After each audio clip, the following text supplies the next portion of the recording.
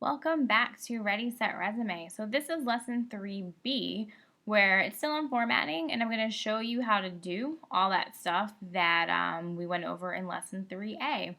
So this is one of my old resumes and I've kind of made it ugly, and this may be what yours looks like right now, just a list of things.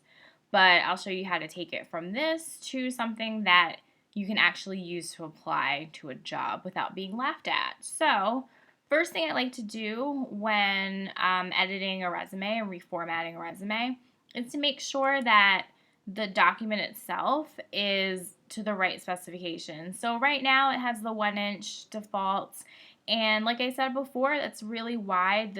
These gutters and these valleys and margins or whatever, it's just too much. So what I'm going to do is go to this custom setting that I use for my resume.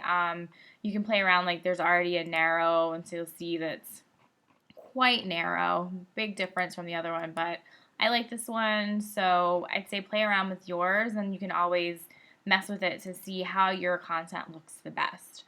So now go to font. That was number 2. And I actually really like this font, so I'm going to keep it. If I didn't, I would just head over here and play around with them. Again, use one that's professional, use one that's appropriate for your industry. But even if you are working in the comic book field, never, ever, ever use Comic Sans. So now we'll just go through section by section, starting with the heading. So I'll format it to make it stand out a bit. This part can be larger than the rest, so I'll do that, bold my name, and then I've seen it, super humongous, and that's just a lot. It's a little excessive. Looks like you're compensating for something. So 16 or 18, actually prefer 16. So that works for that guy right there. And then we'll go to the next part, so it looks fine. So for education, this section, I've decided to bold my section titles and then make them uppercase. Not typing it out, that handy dandy button there makes it really easy to just change between cases.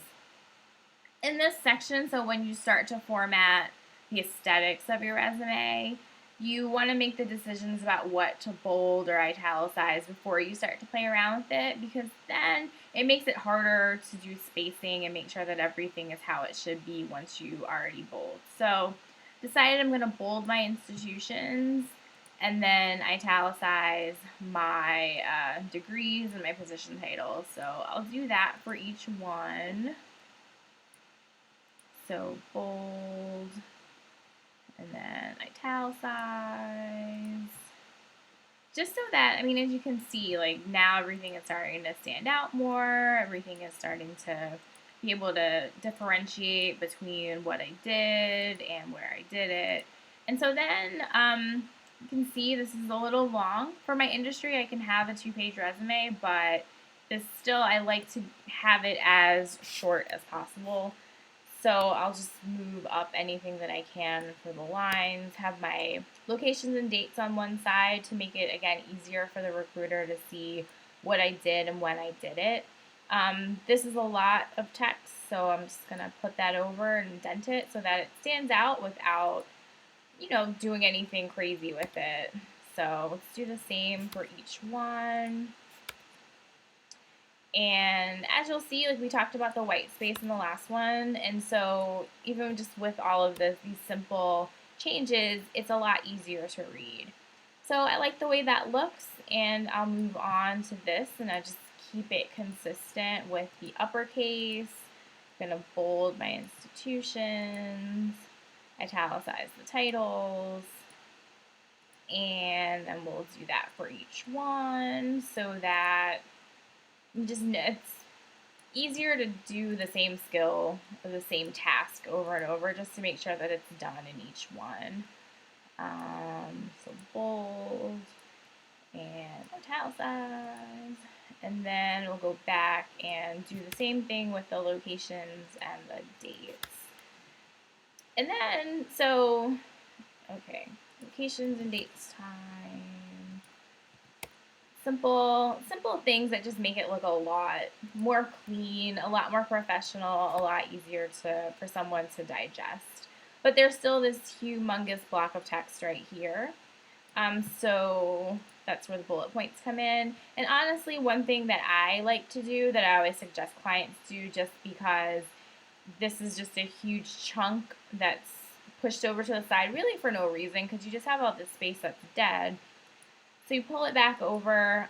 This is especially good if you've got a couple long bullet points like I do, and then also if your ends aren't tailed like that.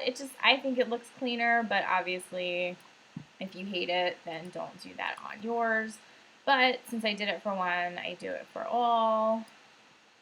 Pull it back, and there we go. So it's a lot easier for people to see what I did and when I did it and where I did it with this formatting than that little list that we started out with. So new section title, skills. This is what I meant in the previous video of qualifying your experiences. So having, advanced or working knowledge, intermediate, and it just shows like what I can do and the level at which I'm comfortable doing it. So let's move back. So this, another title, and since in my industry, I have a doctorate and also work in education, I need both academic interests and personal interests.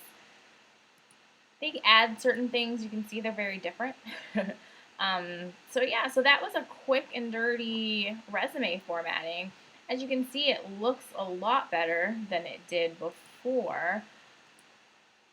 So it's not just all jumbled together. You can actually see things. You can actually discern the tasks and responsibilities that I talk about. But if I wanted to even change it up a little bit more, so if sometimes like it's bold, bold, bold, bold, and it's just a lot, looks a little heavy, then you can add an underline, you can add an overline, just to differentiate the sections a little more. And no idea if that's actually a word, overline, but whatever.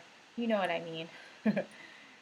And so I can do all of that. So I say once you get your resume readable, play around with it a little bit, but just making these basic sorts of aesthetic decisions, like adding this sort of lines above and below, or even not bolding it but having it a little bit larger, just so that you have some distinction and it makes it easy to read. But you never want to do any formatting that detracts from the content of your resume.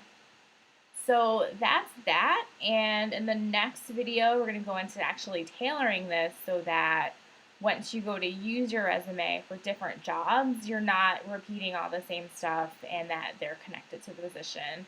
So enjoy that.